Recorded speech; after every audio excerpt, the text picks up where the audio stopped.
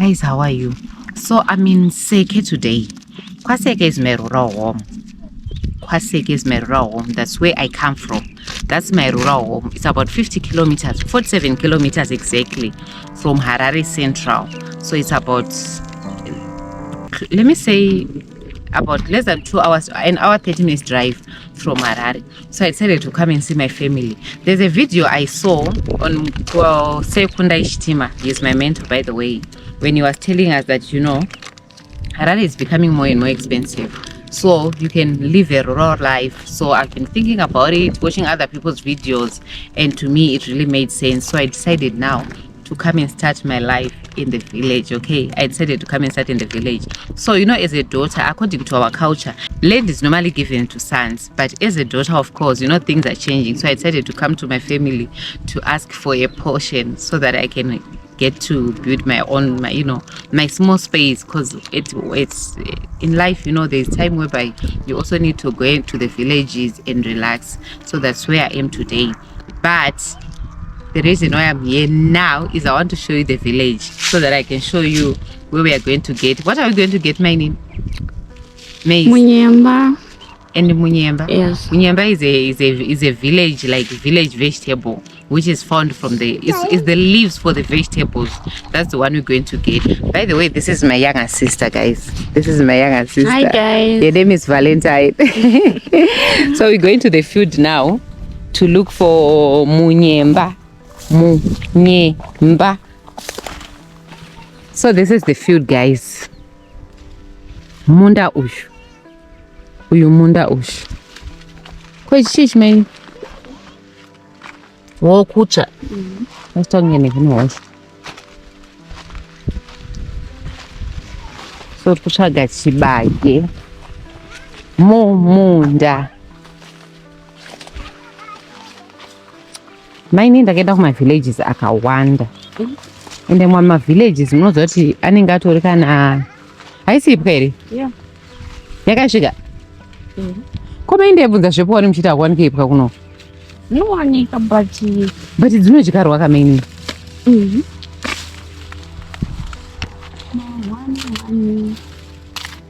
Ko ichi chimaini hani chaifanwa kuomeswa ichichi. ndochodyara. Muchiomesa, tsvada chiomesa ndichidimbure. And then next year pamunorima mama chimwaya kana kuti adzoti dzodyarwa sei, but ndozoti chinodyarwa. So tuchengeta ichi tinacho kumba.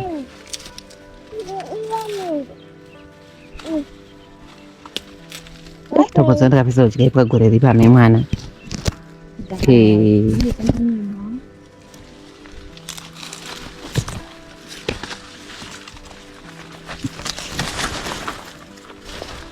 Mwana inonaka uchiri kuimenyora.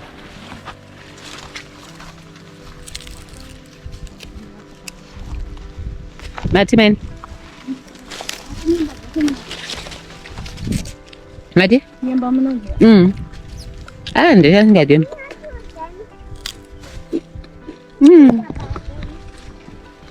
Nakafa. Razo naipo. Ndura dona pa video ipo. Por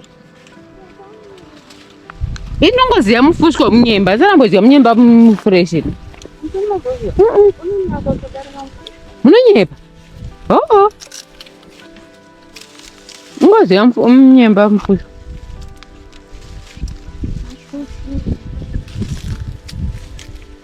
Saka dzitori nyemba dzamubvisa. Mama. Kana dzazvagare dzotokonorwa. Dziani. Zimbisi. Kadzigare dziri mbisi. Kadzigare dziri fresh. Udaibwa.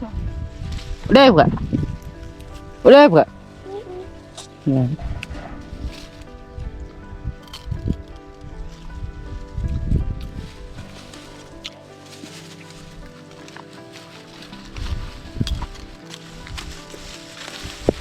Nyemba umutima. Mutima Kwa muromo. Kamaini. Izototema zvezvo zvakakuriswa darwani zvatinodya zvemufushwa. Zvotipenga nemafushiro anenge achese. Oh. Kamuti anofusha kungotengesa unongotaka kana zvima sezviwombezvo. Mama. Alright. Ya, pana tinoziya zvishuwa. Saka hapana tinoziya zvishuwa. Yeah. I want to wait you. No, I'm not going to be doing it. Ya, mwana ka. Ndochakwanda zvekudzidza.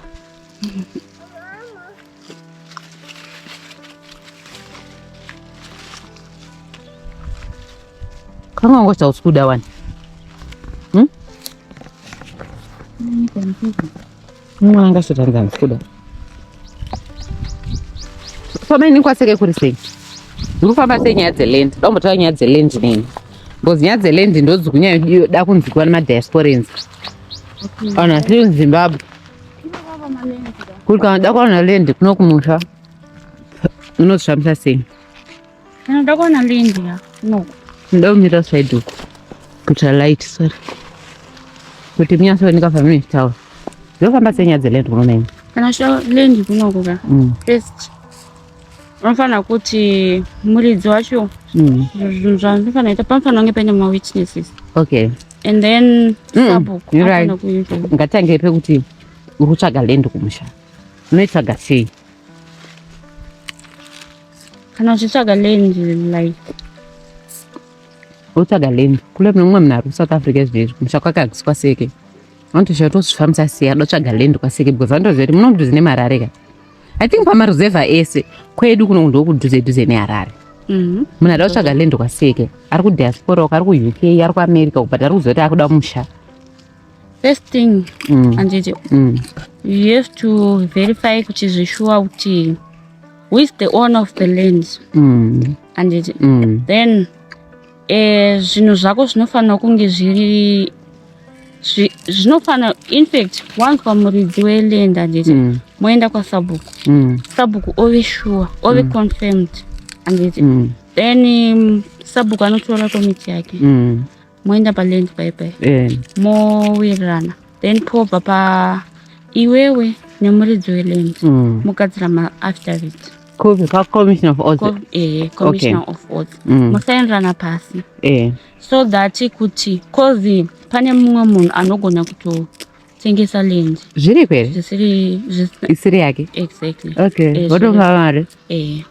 Saka zvinofanira kunge zvina sabhuku. Ko sabhuku havapindiri pamadhiri mabhogasi. Sabhuku kuti yake. Achiri kuti vazopiwa mari. Nanga vanozojamuka. Akashoma. Saka mfana kuziya sabhuku nzvimbo iyoyo. Nevamwe vanhu vemunharaunda iyoyo vanokonfirma zveshuwa ndeyake. Exactly. Alright. Zvave confirmed zveshuwa. And then imimi vacho iwewe nemuridzi weland moenda kwaCommissioner of oath. Moita sei? Mosainirana pasi. Kuitira kuti pakazowana chinonetsa mangwana. Iwewe proof yako unenge uinayo. Zvino mukangoita zviye zvokungoti zvefeja zviye zvoko. Chichivanzonetsa mangwana. Just like for example pane mumwe munhu like zvakamboitika pane zvakamboitika kuti pane munhu akazongouya just from nowhere kuti makatengeserwa nzvimbo yangu. Okay. Iye muridzi wacho angari? Ndobva angako? Anga ari abroad. Okay. Ndobva tinzi izvoni iwo neproof here wekuti chi stand zveshuwa ndiani ndeyako.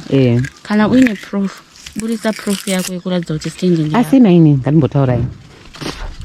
Vanhu ari kuno kumamisha uku kwenyu uku kwana bhodhi kwese uku vane proof here kuti mushande wavo. Ndepi proof inoitika ngono mareserve? Vanhu vakutoita proof ndo vari kutenga. Ko vakagara variko. Kune zvine matitle deeds ka. Kune matitle deeds kuno. Vanopiwa nani? That's much I don't know, but what I know kuti is true. Like imitsha dzose dziri kunoko. Anenge ari Beatrice. Oh, okay. Right.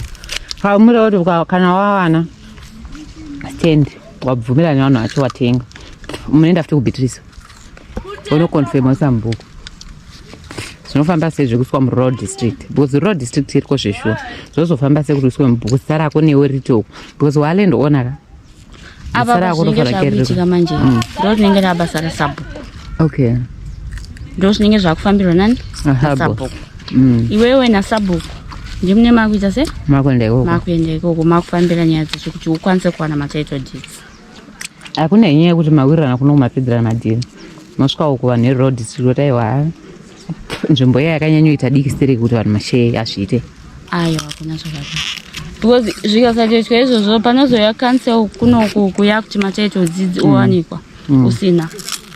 Ndopa kuzobiswa chi? Hai. Mari. Unobiswa mari kana kuti unobiswa panzvimbo? So haidi kuti unobiswa panzvimbo kana kubiswa. What right? Unobiswa panzvimbo. But kwa chief ndopa unobisiswa mari. Because nyaya inoendeswa futi kwani? Kamambo. Kamno advise kuti kana munhu atenga land otora Sabhuku kuenda kuroad district. Ufaitira matitle deeds. Alright. Anozoblasha how long kana munhu atenga? That's not I don't know. Anyatsoziva zvangu. Alright. Aiwa, zvachinzwa maini. Chero anozoziva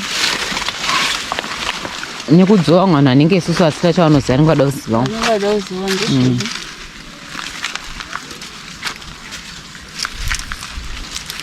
Ko ivhu rekuno kufa vanhu vanoda kurima maini rakamira sei?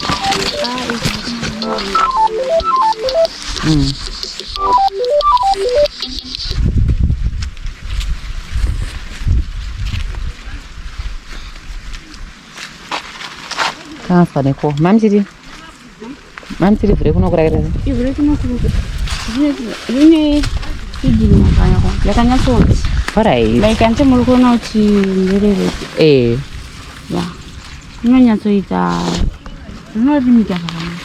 Pane rimwe dere randakamboona someni kudhara rakadai so. Kune dere rakada kudai soso.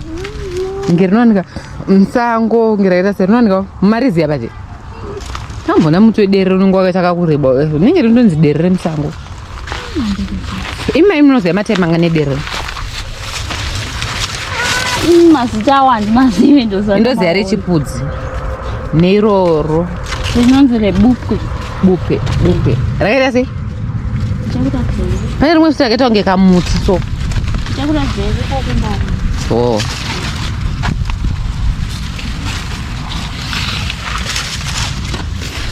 Kamatema kumberi kunoka kuno so.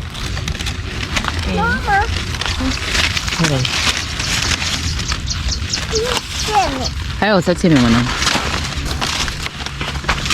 Don't tema.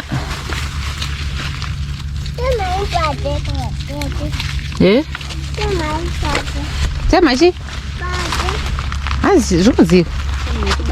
Wochibage.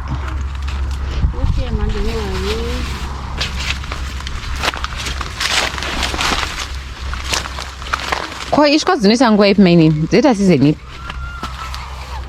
Kana mvura ichangotanga kunaya. Oh, okay. Alright.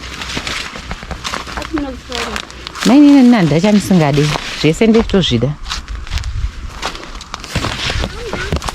Saka chero tadimbura kudai so handiti. For example tadimbura kudai so. Unoramba uchingoreba? Antimukona tiri kumberi. Kusvika mvura isanai.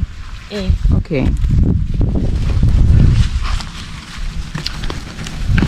Guys, I'm still in the village. Let me know anything you want to know about Kumusha. Let me know anything you want to ask. My name is she knows a lot of things. If there is anything you want to know about land, about Kurima, everything. Ishkwa, I've been asking about Ishkwa, Shiri, Mandere, Madora. If there's anything you guys want to know, ask me. I'll ask my name and it. Wonya so to the shese, Jamim Dosita. Panotipindra. My name, not to meet a baby. Bye guys. Love you all. Thank you, my baby.